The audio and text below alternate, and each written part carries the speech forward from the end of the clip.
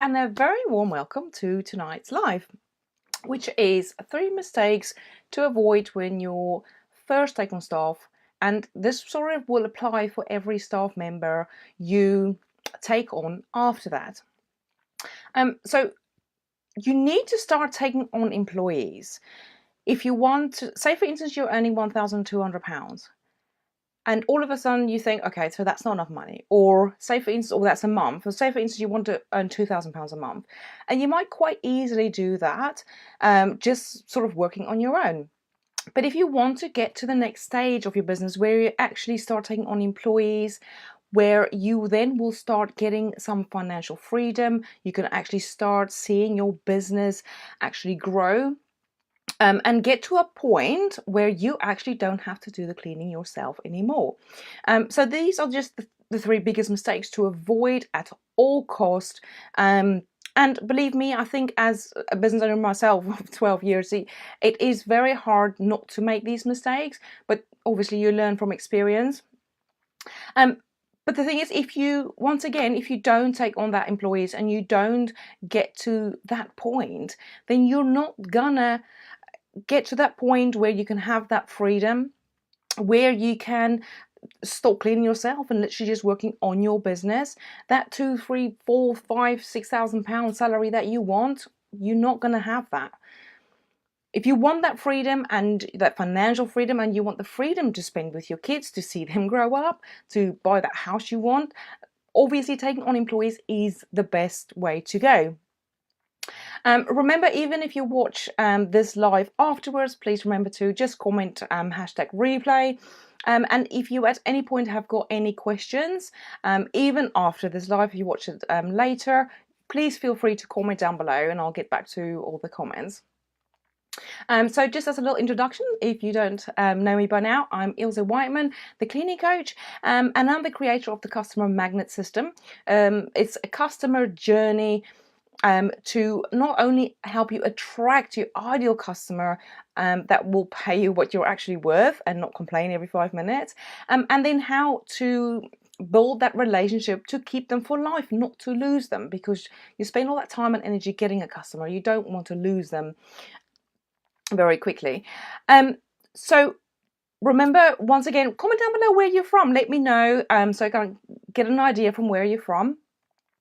And right, so I'm gonna sort of dig straight in, but remember to watch right to the end of the live to get the full benefit of all 3 mistakes, and at any point comment down below. So mistake 1, or the biggest mistake I think that everybody makes, is when you kind of like do your advert, you don't quite know obviously where to put it or how to put it. The best way of actually doing it is try to think about it in the sense of, there's 2,000 people out there and 1,500 of those actually work for your competitors already.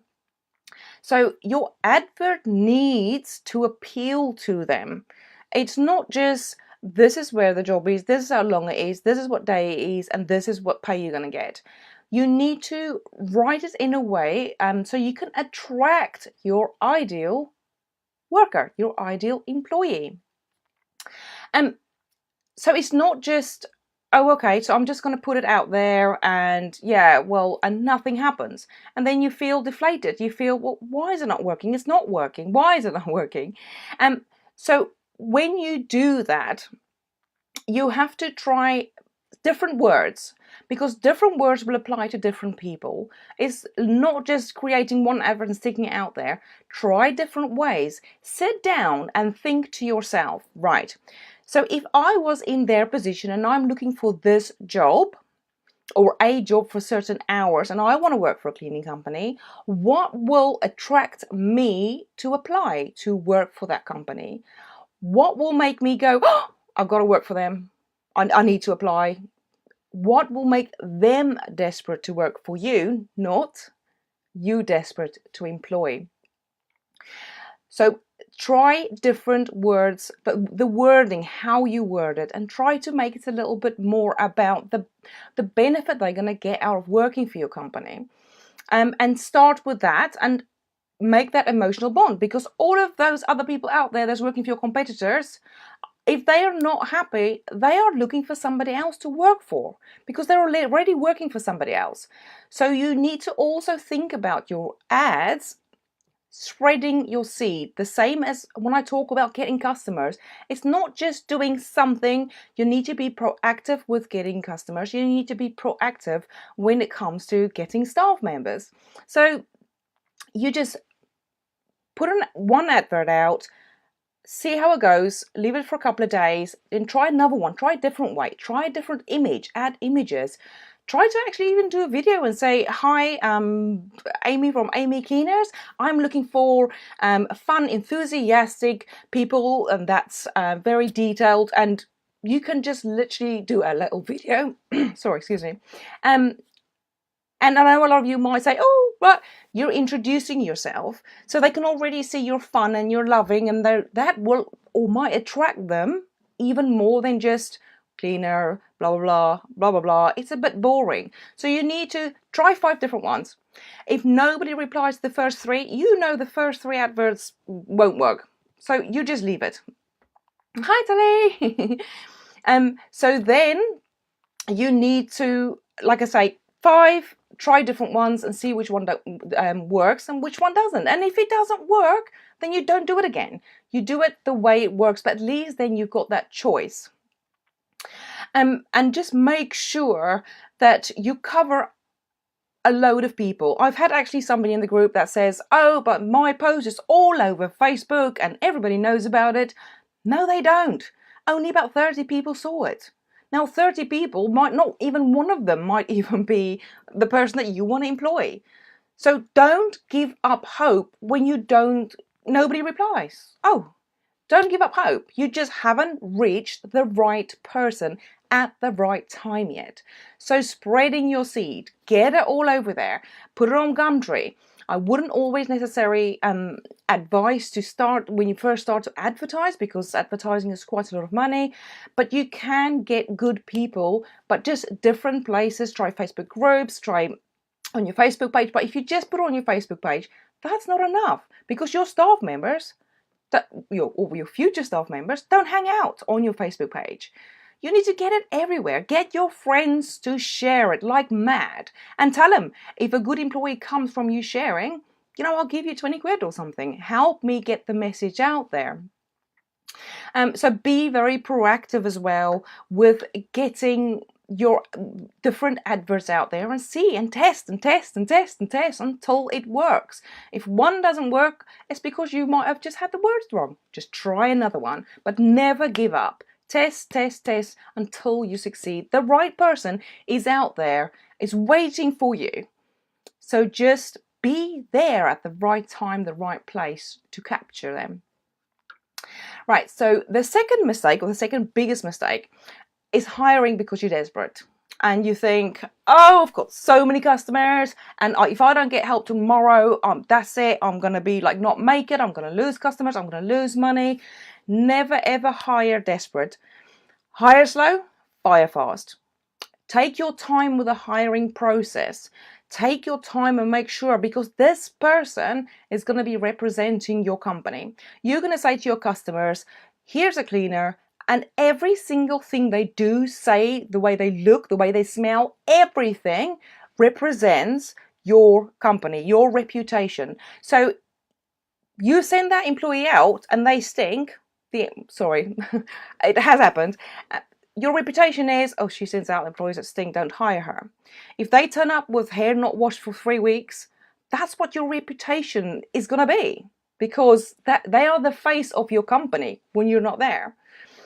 So sit down with them, ask them questions. Remember, hire for integrity and skill and for work ethics, for who they are. If they're like this in the interview process and you go through, that's how they're going to work, and that's how they're going to deal with your customers. So therefore, your reputation is going to be, they're all right, but they're very slow. Hi, Christy. So remember to take that time and to go with your gut feeling. I always went with my gut feeling, because if I meet somebody and I think, oh, I don't know, they looked a bit iffy, or they, they dragged their feet on the way to the internet, on the way to the interview. And then, sorry, I mean, I just give up hope there and then, because if you can't even turn up prim and proper, neat, smart, on time, and prepared for an interview, you're not going to be a good cleaner, you're not going to be working very well, and you're not going to represent my company very well.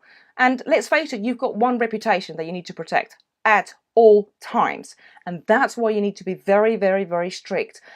There's a fine balance between we're friends and we're working for each other. You can be friendly and you can be super nice and awesome all the time, but be strict. It's just how your strictness sort of come across. You don't order them about, you just ask them nicely. And if you ask them again twice nicely, and by the third time you've asked nicely, they don't listen, out. It's as simple as that. So you can all of this literally, like I say, take your time to choose the right person, and then if they're not, don't even bother. Wait for that right person to come along. Don't hire out of this. You're so desperate because you're so afraid what's going to happen if you don't. But if you get the wrong employee, it's going to cost you more money. They're going to create more work for you. So you're better off waiting. And tell your customers if they are waiting, I am waiting for the right staff member. I'm not going to put anybody in your house. I'm not going to put them in if they're not trained. I'm not going to put them in if they can't represent my company in the right way. So I will rather either lose you or you wait. And it's just being honest with them. Remember, if you've got any questions in the meantime, comment them below, even if you watch this afterwards, and I will get back to all comments. Right, so the biggest mistake, number 3, would be paying very low wages. Now, this is a big issue for most companies, especially if you start taking on your first employee and you're like, oh, but I haven't got the money. I can't pay them too much. I don't know what to charge my customers so I can actually pay my staff decent wages. Always have this in the back of your head, and actually put on a sticker on your computer so you can see it every day. You get what you pay for. If you pay for something really cheap, it's not going to last very long, and the same applies to staff. If you think paying your staff minimum wage, and believe me, there's companies out there that do, but they don't deliver the standards that you will deliver.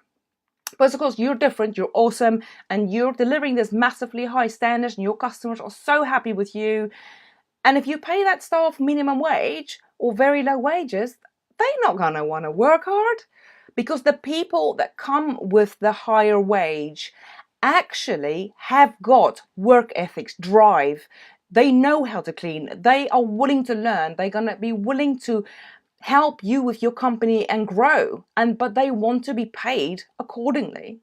That's why you get that bracket between the self-employed people and employed people. It's a very fine bracket. So I have actually attached at the bottom of the video a video between sort of self-employed versus employed, and where you should go first, or how you should go first. And if you're completely, totally confused about the employee bit and how much of the employee, like there's so much to do and you feel overwhelmed, don't let any of that stop you. If you're afraid and you stop doing something, you're not going to grow. You're not going to earn that £3,000, £4,000, £5,000 a month. You're not going to buy that car you've always wanted. Take the risk. There is such an amazing thing as Google. Google it if you don't know. There's experts out there that help with these things. Contact a HR company. They give normally half an hour or hour sort of first consultation for free. Find these things out and be proactive with finding out what you need to do. And yes, it's scary. It's scary for everybody when they get to their first employee or the second employee or the third. It doesn't get any easier. But don't let that fear, because they might let me down. And, oh, you know, what if they do this? And what if they do that? And what if I can't cope? But you've coped so far. And you've dealt with everything your business so far has thrown at you. So you have to believe that you're awesome and you can do this, because you are what you think. And if you think you can do this, you're gonna do it. If you think you can't, guess what? You're gonna struggle, and that fear is gonna keep coming in. Just cut that fear out completely and say, I am gonna do this. It's making me happy to do things out of my comfort zone, because that's where I grow. That is taking me one step closer to that £5,000 a month that I want. I want to go shopping and put everything in my trolley and not even worry about how much that costs and how much that cost. So you have to put that fear in the back of your head and just, that's it. Fear is not going to make me stop doing what I know I'm capable of doing. But you have to remember that you have to find out what your competitors is actually paying your staff, or their staff, roughly. So if you put an advert out for £8 an hour and your competitors is paying £15 an hour, can you guess where your employees that you need is going to go and work? If they offer more benefits than you as a company, guess where the staff's going to go? So many people say, oh, I can't find good quality staff. I can't find good quality staff. There's so many businesses out there that already employ them. You just need to stand out. You need to inject personality, and you have to keep trying and get them at the right stage. Even if you've got one of your competitors which lives next door to you, has got 200 employees, I can guarantee you not all of them is going to be happy. Not all of them. They might enjoy cleaning and they might like the cleaning bit, but they're not going to enjoy working for that company because something's happened or they don't like the boss or whatever the case may be. And it's your job to spread your little seeds to get them interested in working for your company and what you offer, to get them to come and work for you. Because that's what you want ultimately. You want that employees, but a lot of people not willing to do that legwork to find the right person. Find the right person with the right message, connect with them, and you will start seeing different results. But also, it's not just about putting an advert out there and like, nobody is applying. I don't get any employees. So it's keep trying different ways. Never, ever, ever give up. And probably once you've had your first employee, don't think, that's it, that employee, all that job's now is covered by that employee. That's it, my work's done. Because it's not. It's far from done. That's where your work starts, but don't let that put you off, because that's where the fun starts.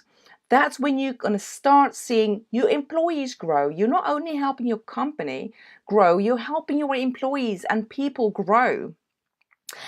When you then start seeing your cleaners grow, it's such a fulfilling feeling, and you should be proud if you already got employees and they're working for you and they're happy. You have got to be proud, because that's probably one of the hardest things to achieve, and there's that leadership skill to actually get them to listen to you and to work for you and to do a good job.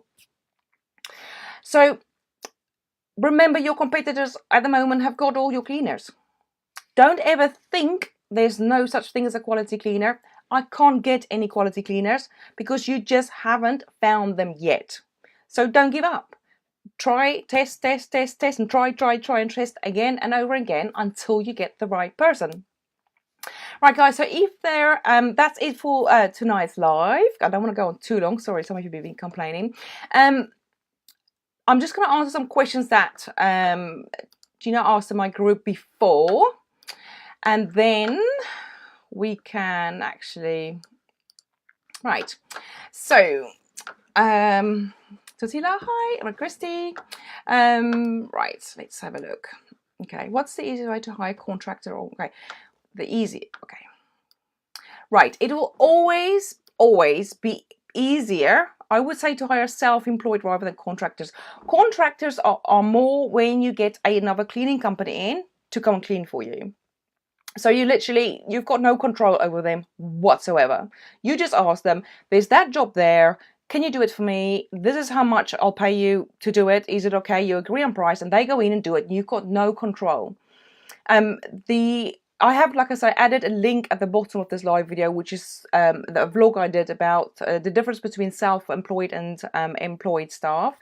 And a lot of people feel that employees it's a lot more work to get it set up, because you have to register as an employer, you have to pay tax, and you have to sort of pay pension. But it's actually not that big a deal. It seems so scary, but it isn't. It's something you've just not done, and you just have to learn. That's it. You just have to sit down, and once you've done it, and a week later you're like, what was all that fuss about? I didn't even have to worry about it. I did, when I first started my cleaning company, my first 5 employees were self-employed. People that I actually advertised specifically for self-employed people, because I didn't want to try to get a full-time employee in to help me.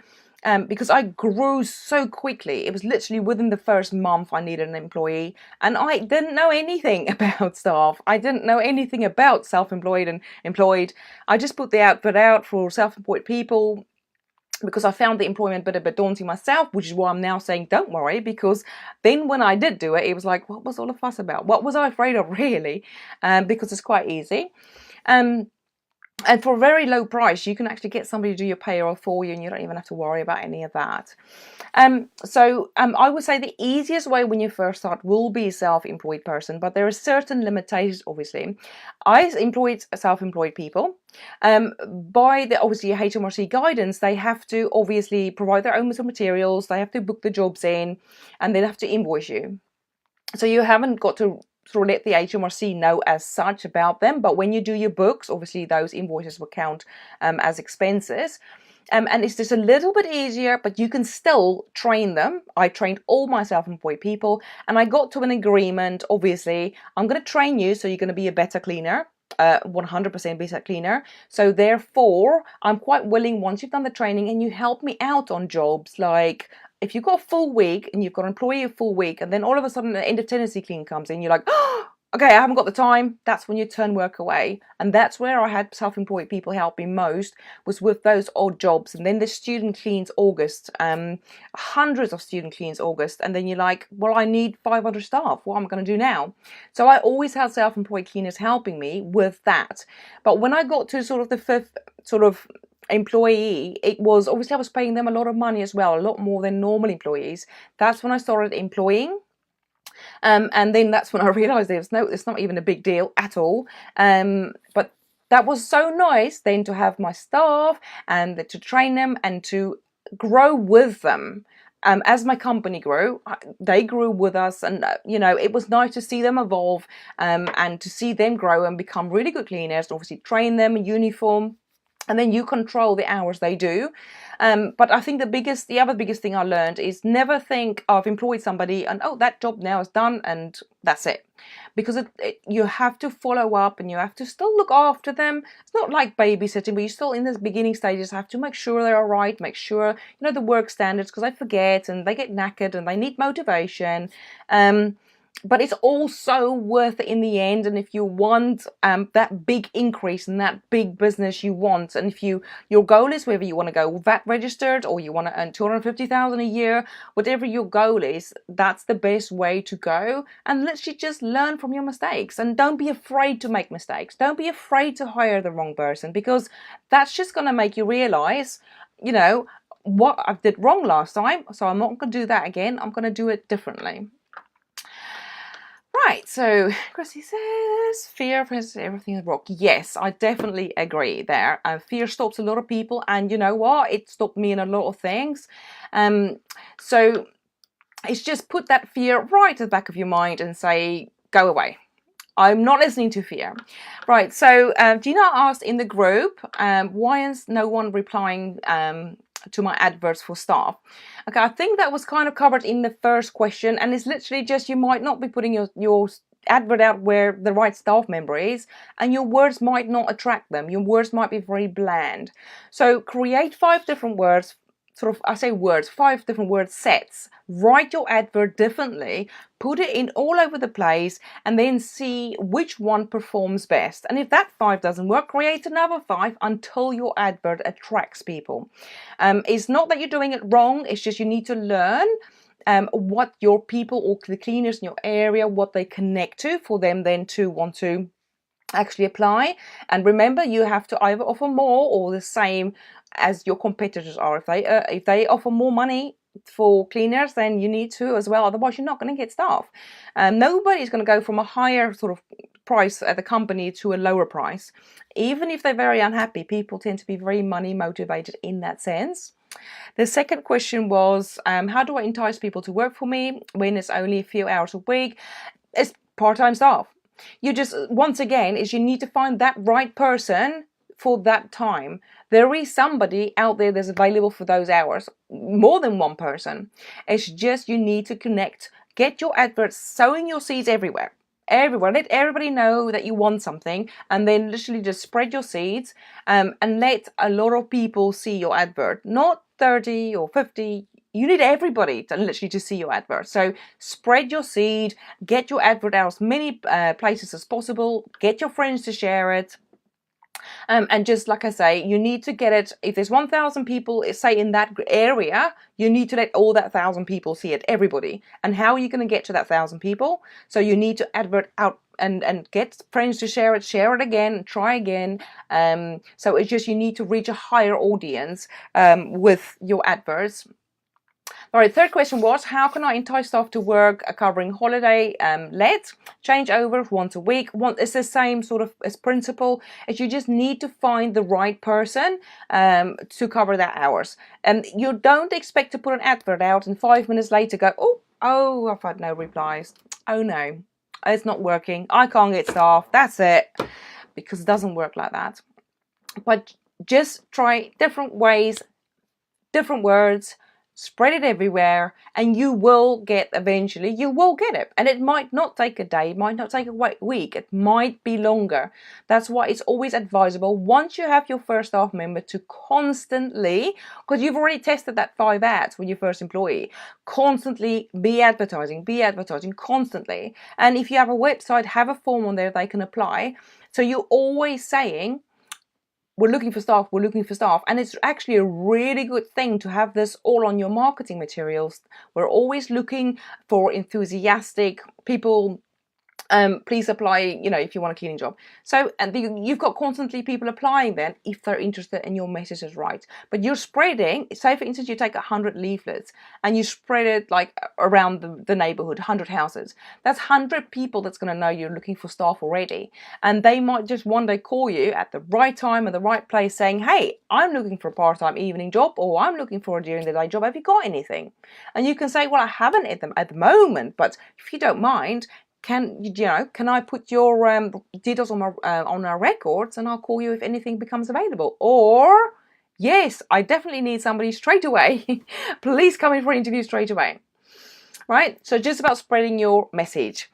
Right, that's it for tonight, guys. Thank you very much for joining me live. I really appreciate your time. I know it's very important. If, like I say, any questions, I'm still available for an hour after this live to answer any more questions that come through. But that's it for tonight. Have a lovely rest of your day. See you later. Bye.